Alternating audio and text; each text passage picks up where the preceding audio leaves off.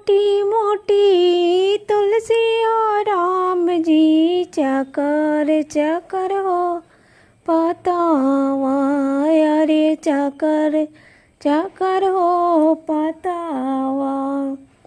छोटी मोटी तुलसी राम जी अरे चकर चकर हो पतावा, अरे चकर चकर हो पतावा।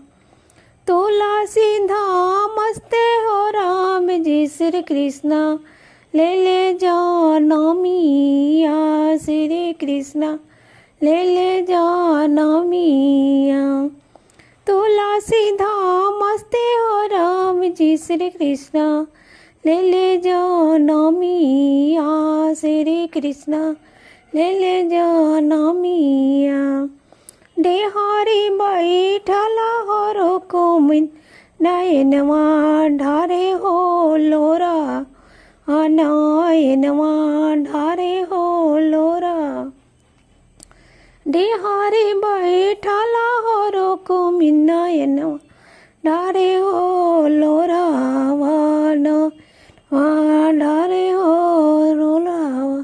किया तोरा घटले रुकुमिन नयन धन हो सोनावा, अरे धन हो सोनावा।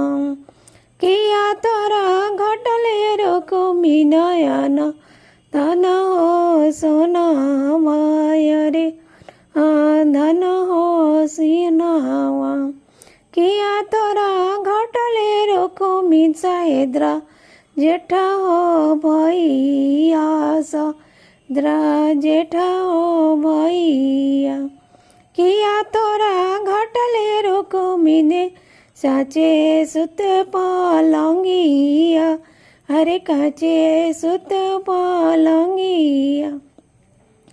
नाही मोरा घटले राम जियान धन हो सोनावा, अरे धन हो सोनावा। नाही मोरा घटले राम जियान धन हो सोनावा, अरे धन हो सोनावा। अरे नाही मोरा घटले राम जी सहोदरा जेठा हो भैया, सहोदरा जेठा हो भैया।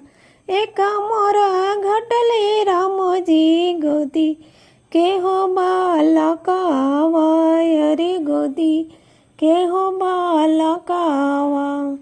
एका मोरा घटले राम जी गोदी के हो बालकावा, अरे गोदी के हो बालकावा। न कर जा मलका हो राम जी न करे हो अरे न करे।